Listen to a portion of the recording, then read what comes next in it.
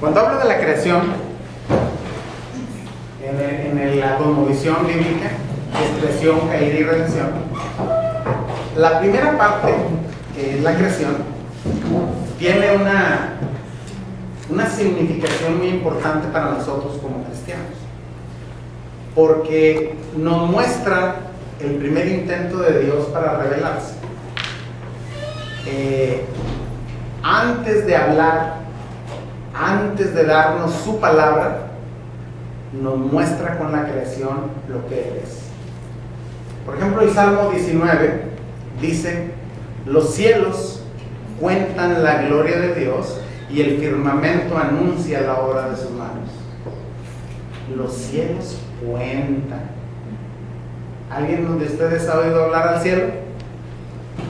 Y el firmamento anuncia. ¿Han oído anunciar al firmamento algo? Sí. No, visto. Lo vemos y nos habla. Nos habla. ¿Ese cuadro que está ahí habla? Sí, pero muchas pensando. Exacto. No necesita tener ni letras ni nada. Y ahorita nos pasamos aquí varios haciendo chistes de lo que está ahí, ¿verdad? Y cuántas cosas habla. Cada uno de esos cuadros nos habla del sentimiento del autor y su evolución en su vida. Cómo fue pasando de cosas muy realistas hasta hacer dibujos insufribles, ¿sí? Que a nosotros, bueno, a mí me parecen muy absurdos, pero bueno, a algunas personas les gustaba ese estilo que se llama cubismo. Y que es el muralismo, pues nos cuenta una historia, la historia de nuestro México antes y después de la Revolución. Y el cuadro habla en sí mismo. Bueno, la creación habla. Cuando yo veo un árbol frondoso, es increíble. O sea, no hay tecnología todavía que pueda replicar la distribución de todas las hojas de un árbol.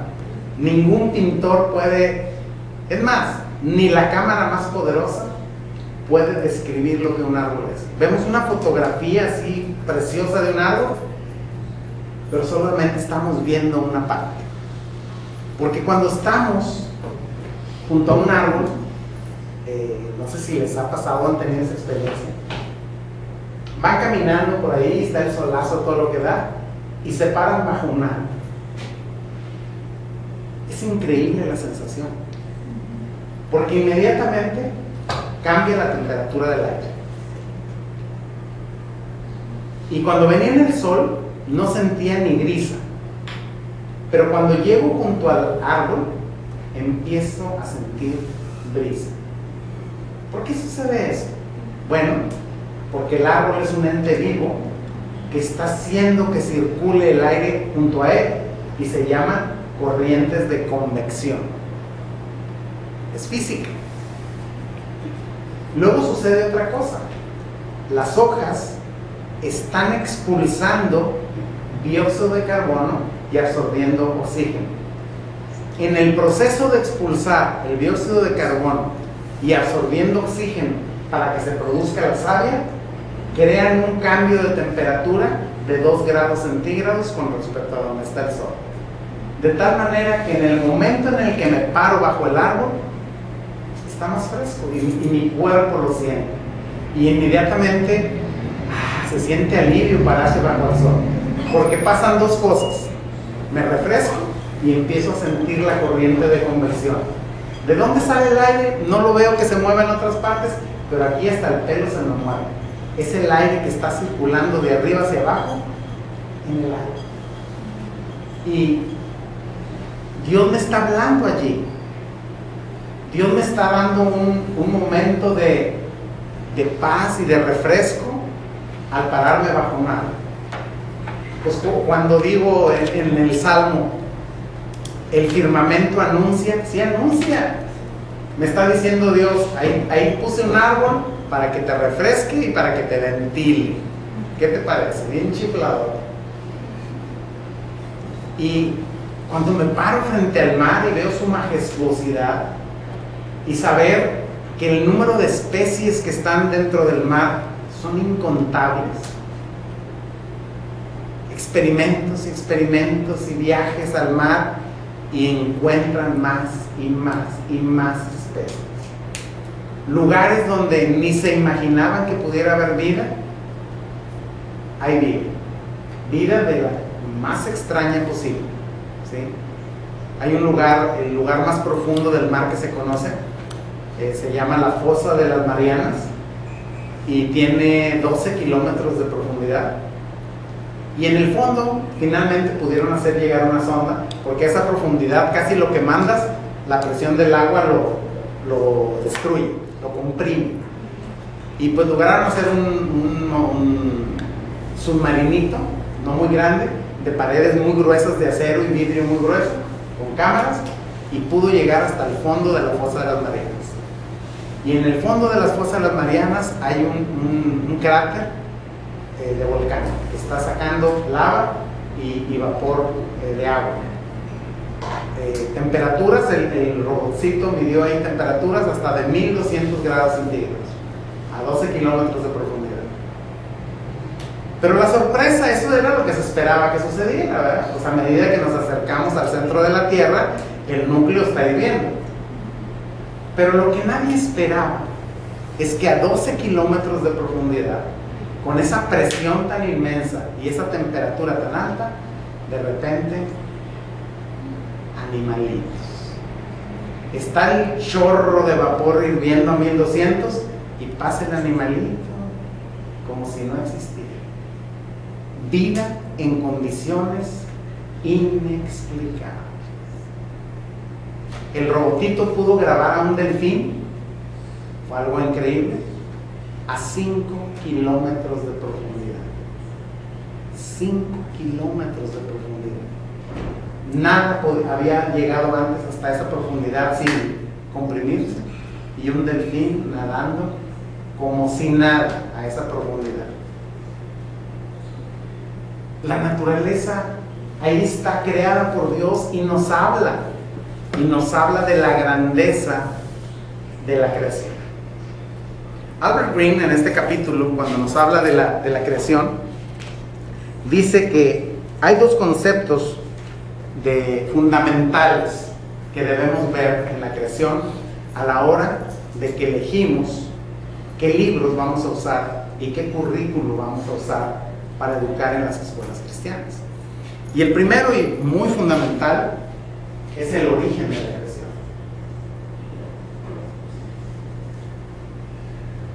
Origen de la creación.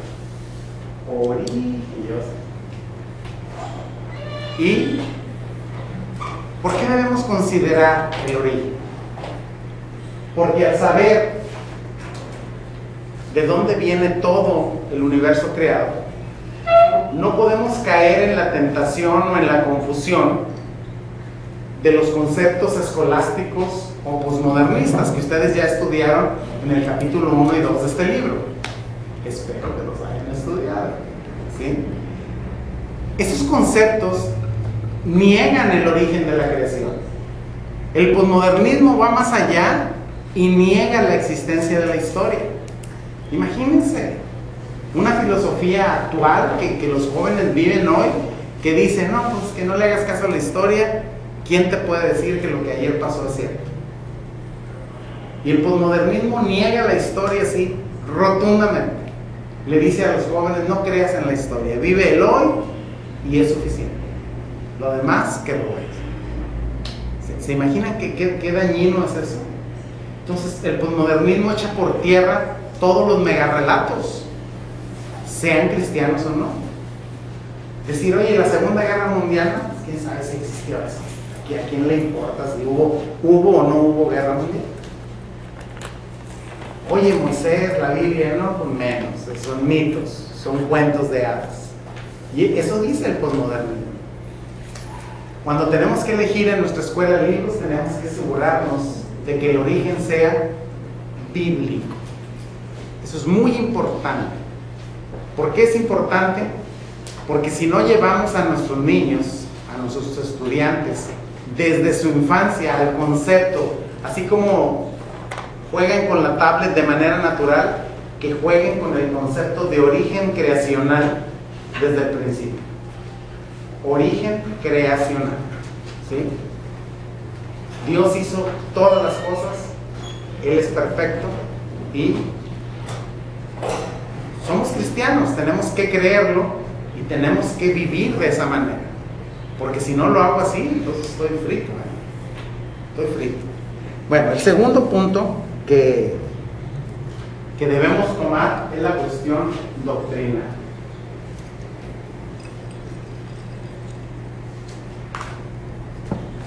Por ejemplo, un claro ejemplo de esto sería, bueno, voy a elegir un libro de texto y hay uno muy bueno de física que editan los Testigos de Jehová. Está realmente bueno. Pero ¿por qué no lo puedo elegir para mi escuela si está bueno? Bueno, porque ellos sí creen que el origen del universo es Dios. Pero doctrinalmente está mal porque a través de todo el libro niegan la deidad de Jesucristo. Los Testigos de Jehová no creen que Jesucristo es Dios. Ellos creen que Jesucristo es cualquier maestro ahí que Dios dio. A ver tú, ve a salvar al mundo, ¿sí? Para ellos eso es Jesucristo, un maestro al que Dios volteó a ver y le encomendó ir a salvar al mundo. ¿Quería o no quería? Me lo imagino así como la señorita que estaba antes aquí, que no quería sentarse. Así, no quiero sentarse. Si vas a ir a salvar al mundo, no, yo por qué voy a salvar al mundo si me van a matar y me van a crucificar. Pues tú vas a ir. Ese es el concepto que tienen los Testigos de Jehová.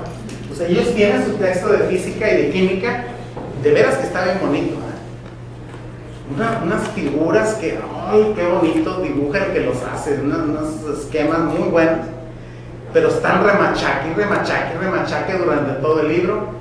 Jesús no es Dios, Jesús no es Dios, Jesús no es Dios. Tengo que desecharlo, aunque sus conceptos de la física sean correctos y hable de las leyes de Newton adecuadamente, me está remachacando. Jesús no es Dios, Jesús no es Dios, Jesús no es Dios. Entonces, dos conceptos que debo tomar en cuenta a la hora de elegir un texto: que el origen lo trate bíblicamente, o sea, la creación, o sea, no hay tal cosa como Big Bang y evolución, eso no existe en la Biblia, y que la cuestión doctrinal sea tratada con seriedad. ¿Cómo puedo saber si la doctrina está bien o está mal? ¿Cómo creen que puedo saber? Comparándolo. Eso es muy bueno, comparándolo. ¿Pero comparándolo con qué? Con la palabra de Dios, efectivamente. Tengo que comparar todo lo que leo con la palabra de Dios. Si alguien trata de venderme o alguien trata de enseñarme algo que no está en la palabra de Dios, ¿qué tengo que hacer? Rechazarlo, pero rechazarlo con firmeza, ¿sí? Es como cuando la Secretaría de Educación Pública quiere imponer su libro ese donde enseñan que ser homosexual es bien bonito. Los cristianos tenemos que levantar la voz y decir: sácate con tu mugrero, no lo voy a dar aquí. Pero a veces tenemos miedo y no lo hacemos, pero tenemos que ser firmes y decir: no quiero enseñar basura a mis hijos ni a mis estudiantes. Entonces, esto es muy importante. Entonces, el señor Green, nuestro hermano Green, es muy enfático en esto. Tenemos que reconocer que esos dos conceptos son fundamentales. Y él habla de un tercer concepto y que dice el amor bíblico. El amor bíblico es cuando tengo la convicción fuerte y segura de que lo que estoy enseñando a través de la Escritura va a poder influenciar a los demás. Y siempre el amor lleva a la misma consecuencia, siempre, y es el servicio. Albert Green define el amor como la autoesclavitud del servicio. Cuando yo voluntariamente decido hacer algo para el bienestar de otro, sin importarme yo, eso es amor. ¿Sí? Y el ejemplo lo tenemos claro en Jesús. Él estaba bien cómodo, sentado acá en su silla imagínense lo así acá, con un jugo de naranja, siendo Dios. Y dice la Escritura, Él no tuvo en mucho ser igual a Dios. Ahí estaba. Él pudo haber dicho, no, pues que vaya otro, ¿verdad? Pero dice la Escritura que cuando estuvo el problema del pecado del hombre, dice Pablo que él voluntariamente, él levantó la mano y dijo, yo redimo al hombre. Y levantar la mano con decir, yo redimo al hombre, ¿ustedes creen que él no sabía lo que eso implicaba? Jesús estaba ahí cuando Dios dijo, la paga del pecado es la muerte. Jesús sabía a lo que se iba a enfrentar. Y ese es el ejemplo claro del amor. Él sabe que va a dar su vida, Él sabe que va a ir al infierno, y sin embargo dice, yo. ¿Por qué? Pablo da la respuesta. Dice, por amor a nosotros. Por puro amor a nosotros. Jesús ama tanto su creación que no le importó ser Dios, no le importó hacerse hombre, no le importó morir en la cruz, no le importó morir en el infierno, pero tuvo el regalo de su Padre de resucitar. Eso es el amor.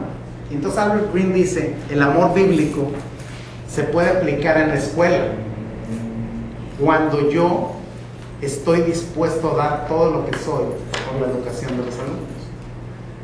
Suena bien difícil, ¿verdad? Pero esa es la vocación. Es como el carpintero que se esmera en hacer el mejor mueble. Hay una historia, esto es verídico. Cuando estaban construyendo la Catedral de Notre Dame en París, el arquitecto que la diseñó estaba haciendo una labor de supervisión y se encontró con un albañil que estaba con su martillo y su cincel así, y estaba aquí y se acercó y le dijo, oye, pues muévele, ¿no? ¿Quién va a ver? ¿Quién va a ver eso que estás haciendo ahí abajo? Nadie lo va a ver. Y dijo, él lo escribió en su biografía porque fue muy importante. Dice que el albañil volteó a verlo y le dijo, ¿para quién estamos haciendo la catedral? Dice, bueno, es para glorificar a Dios. Dijo, ¿y usted cree que Dios no se va a asomar aquí? Dijo, yo no quiero ser el culpable de que Él venga y vea ahí esté mal hecho. Así de que si ahí está mal, yo lo voy a arreglar. Los humanos no lo van a ver, pero la iglesia es para Él.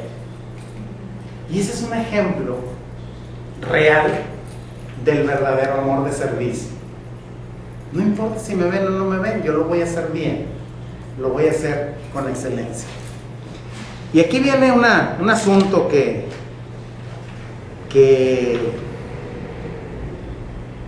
yo creo que aquí esto sí Carlos he oído que se los ha comentado, pero pues muy importante que lo tengan en su mente y que lo tengan bien claro. La creación. Nosotros percibimos la creación de manera preteórica, ¿sí? ¿Qué era percibirlo preteórico?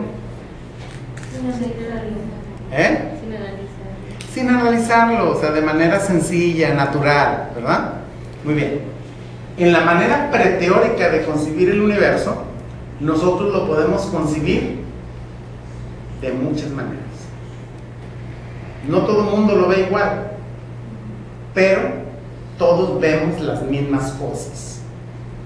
¿Sí? Todos podemos ver, por ejemplo, un amanecer. Estamos viendo todos el amanecer, pero cada uno va a tener su concepción preteórica del amanecer. Y luego podemos ver las cuestiones morales de una manera y de otra, pero todos vamos a ver la misma cosa, ¿sí? Y así, en definitiva, cada uno va viendo diferentes cosas, pero ve las mismas cosas. Y la cuestión en la que las vemos, y es aquí a donde el gran escritor Hermann Deuber se apuntó un 10. Antes que él, vino un señor que se llamaba Groen van Pinterest. Él sugirió este concepto de los diferentes niveles en los que vemos la creación. Pero luego vino Abraham Kuyper y él dijo, sí, hay niveles y son bien definidos en los que cada uno de nosotros vemos la creación. Y él definió 5 niveles, nada más. Posterior a él vino otro filósofo holandés que se llama Groen Wallenhoven, cuñado de Hermann Deuber. Y entre los dos desarrollaron lo que se conoce hoy como la filosofía cosmonómica. A lo mejor han oído hablar ya de la palabrita esa, ahorita se las voy a explicar a profundidad. Pero ahorita estamos viendo la forma en la que percibimos el universo. Y dice Hermann Deuber que todos percibimos el universo de la misma manera y en el mismo orden. De manera diferente. Tenemos conceptos diferentes. Pero lo que no cambia es el orden y lo que vemos. ¿Cómo es eso? Muy bien. Nuestra primera concepción del universo, la más simple, es la percepción de cantidad. Eso es lo primero que todos percibimos al momento de que vemos cualquier cosa. No importa qué quieran ver, lo primero que ven es la cantidad. ¿Sí? Pues al ver la cantidad, vamos a ponerle aquí cantidad. ¿Y cómo se mide la cantidad? ¿Es un número? Con números, así es. Entonces la aritmética. La forma más sencilla en la que yo tengo noción del universo es por la cantidad. Aún desde recién nacido, yo veo números en todas partes. ¿Cómo veo los números? Pues un bebé puede ver los biberones que tiene, los pañales. A medida que va creciendo es muy notorio, yo lo vi con mis hijos, va viendo cuántos juguetes tiene, si le serviste más o menos que su hermano, y va viendo números. Todo contamos, ¿sí? Yo escuché cuando llegué cuántas personas había aquí.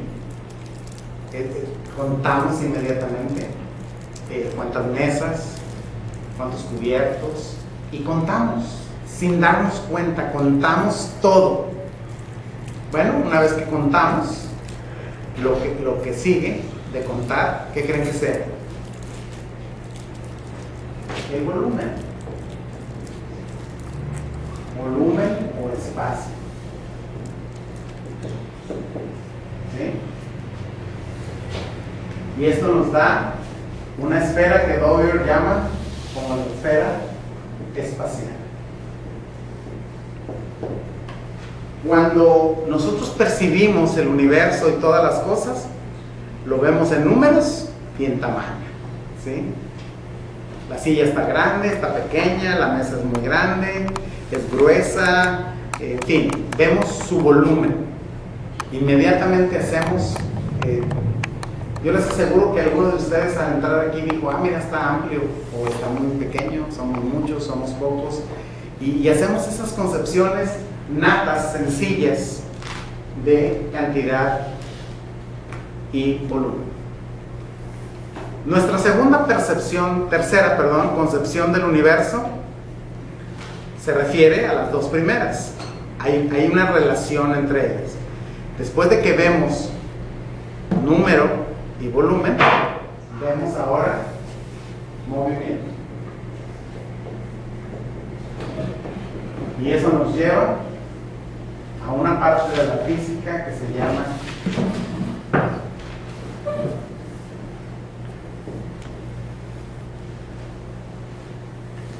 cinemática. Y la cinemática se refiere a todo el movimiento de las cosas, no importa qué sea, ¿sí? Cómo se mueva, todo se mueve, y es lo que captan nuestros sentidos, el movimiento, y lo captan de manera innata.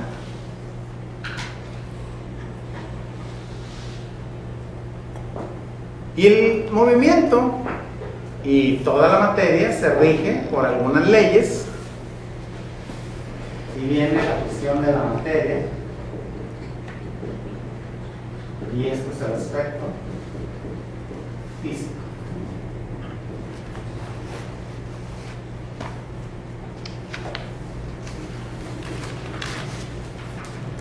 Acuérdense que todo este orden que estamos dando es la concepción que tenemos del universo y el orden en el que lo vemos, ¿sí? Estamos hablando de la creación, y toda la creación la percibimos de esa manera. Y fíjense, aquí viene una frase muy interesante: lo entendamos o no, estemos conscientes de ello o no, ¿sí? A lo mejor un albañil o un agricultor nunca se ha puesto a pensar que él ve la creación en este orden, pero sin embargo la ve así. Cuenta sus herramientas, cuenta el número de granos que va a poner en cada surco, pesa su cosecha, tiene dinero para vender y comprar, en fin, son números, volumen, movimiento, leyes, ¿sí? No importa si estoy consciente o no, esta es la manera en la que percibo la creación, y en ese orden. El siguiente punto, pues ya tenemos todas estas cuestiones. El brinco aquí es la vida. Y aquí tenemos el aspecto biológico. Una pregunta en lo físico, ¿vemos características o...? Sí, vemos características, ajá. Entonces lo físico no entra, pues, en sí como lo químico, o sea, físico. Después de lo biótico sigue lo químico, así es. Porque en lo biótico entran ya todo, en la vida entra la química.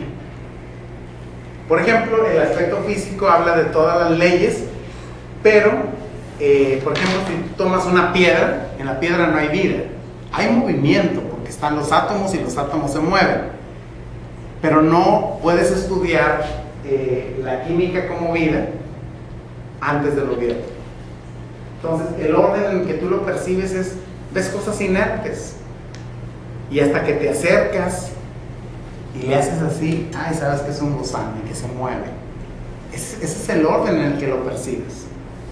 Difícilmente primero percibes el movimiento antes que el objeto. Muy bien. Luego viene, ¿cuál? Aquí en el biótico está toda la cuestión de la... échale todas las químicas orgánicas, inorgánicas, los elementos y todo ese rollo, ¿verdad? Que quieras. Ahí está incluido. Algo muy importante con estos aspectos en los que percibimos, no olviden ir relacionando eso, es la manera en la que percibimos la creación, ¿sí?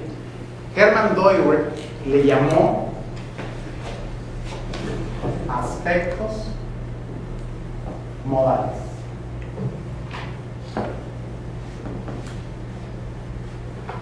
Y cada aspecto modal tiene una raíz, que es el núcleo de lo que representa cada aspecto modal.